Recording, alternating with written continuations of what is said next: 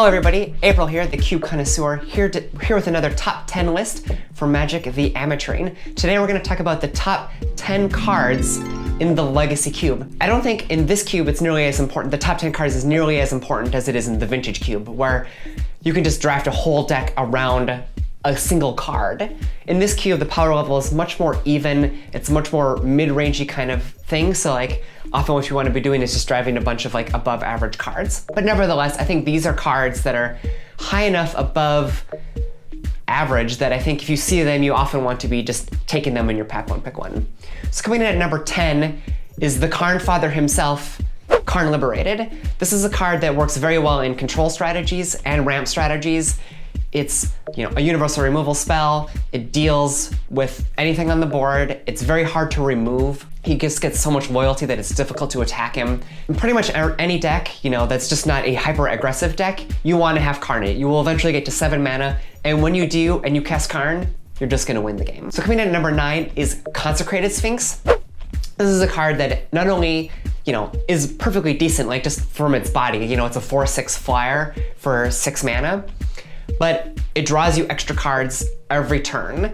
In this cube, where so many of the cards are essentially kind of interchangeable, card advantage can often just be king, or I guess queen. Card advantage is queen. They can't attack into you. You draw 2 cards, next turn you get to play out more stuff. You draw 2 cards, you get to play out more stuff. The card advantage that Consecrated Sphinx provides, if it survives for 2 turns, you're just gonna win the game, because you just so outdraw them. They have to still kill Consecrated Sphinx, so you're like 5 for 1-ing them. Consecrated Sphinx is awesome. I love casting him or her. I'm not really sure. Do Sphinxes even have a gender? I don't know. But Consecrated Sphinx is a card you want to be casting in this cube. So coming in at number 8 is a card that Maria and I were debating. How do you pronounce it? Is it Rofellos or is it Rofellos? I'm sure lots of people will tell me in the YouTube comments. But Rofellos is one of those cards that kind of breaks the rule of this cube, and that is that, aside from like your normal mana elf, it's hard to accelerate very quickly in this cube. You can, cast a Farseek, you can play an Elvish Mystic, and that will put you a little bit ahead, but Rofellos puts you way ahead on mana. Casting a 3-drop on turn 6, which is something in the Vintage Cube is like, sure, whatever, you cast a 6-drop on turn 3, that's just what happens. In this cube, casting a 6-drop on turn 3 will often just straight up win you the game. So Rofellos is just so good in the green deck. If it survives at all, you're probably just winning the game. So for that reason, Rofellos or Rofellos is number 8.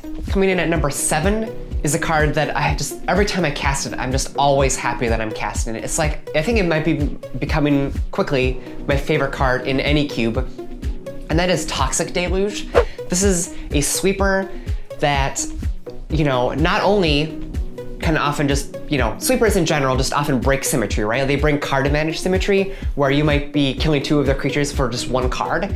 But because of the way that it works, where you can dial it exactly into where you want, sometimes you get to kill 3 of their creatures, and your 1 creature on board still survives. It's put you so far ahead on card advantage, and it's amazing. And because this cube is so mid-rangey that, aside from the Planeswalkers, which are of course very resilient to things like Toxic Deluge, having a sweeper that costs 3, where you can, if you need to, you can cast it on turn 3 and kill a bunch of mana elves, but you can also just cast it on turn 6 or 7 and just sweep their board.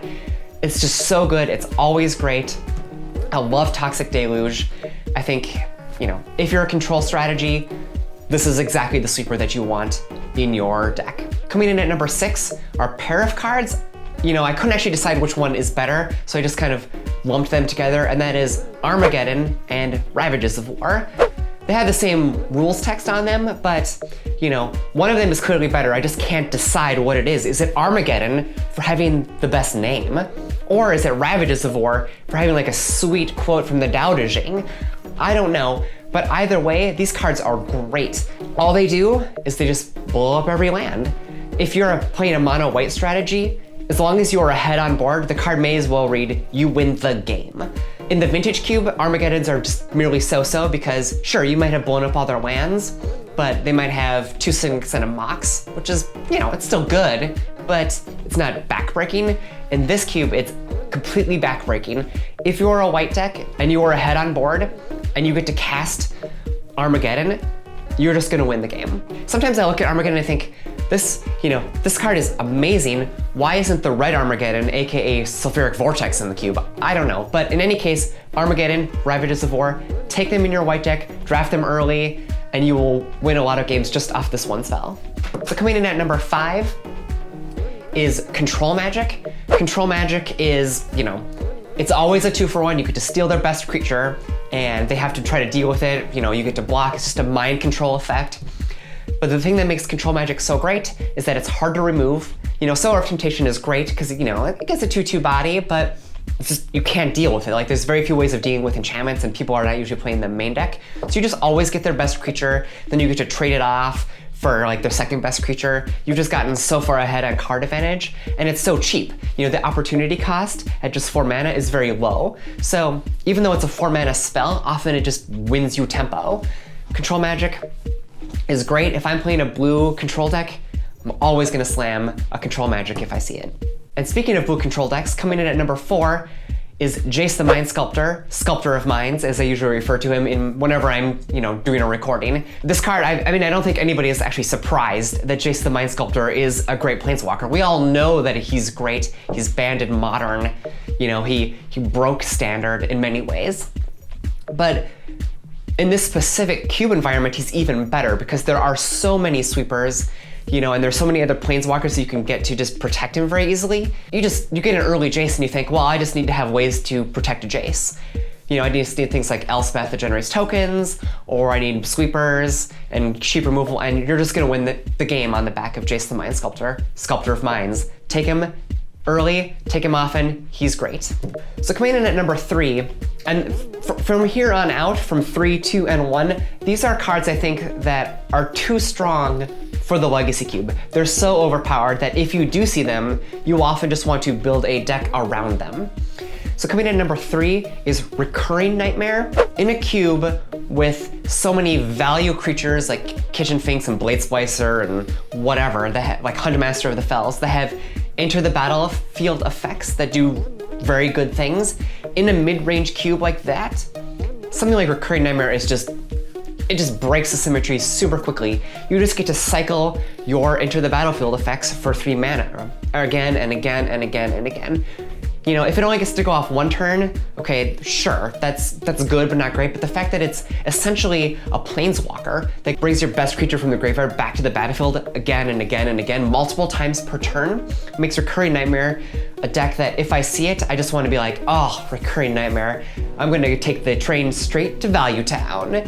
Take Recurring Nightmare, you will have a great deck if you even remotely try to build around it. Coming in at number 2 is a card that is so good. I love to draft it. It almost makes me feel a little bad though because it's just so good, and I feel a little bit of guilt for my opponent whenever I cast it, and that is Treachery. I remember reading many years ago about, I think it was like M13 Limited, and they had a list of like the best cards in the format, and you expected to see things like Titan, Titan, Titan, and so on and so forth, and just be like rares and mythics at the top, right?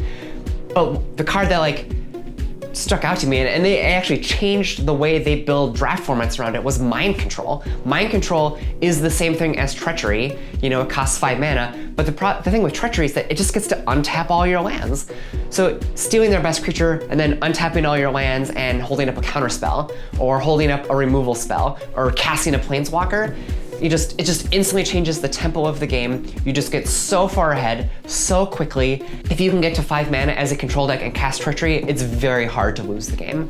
Treachery is a card I think, short of them increasing the power level of the cube, I just don't think it belongs in the cube. It's just so good. I actually think like just straight up Mind Control would be a card that a lot of decks would play. And Treachery is so much better than Mind Control. It's almost crazy that it still exists in this cube. Coming in at number 1 is a card that I actually think is the best card in the cube by a country mile. There's very few ways of interacting with it. If you cast it, I don't know if I've actually ever cast it in this cube and lost, and that is Opposition. This card is just so good. You play it in any deck that is just decent, right? You play it in a deck that has things like Blade Splicer that makes, 2 creatures. You play it in a deck with something like Elspeth or Xenagos that makes tokens.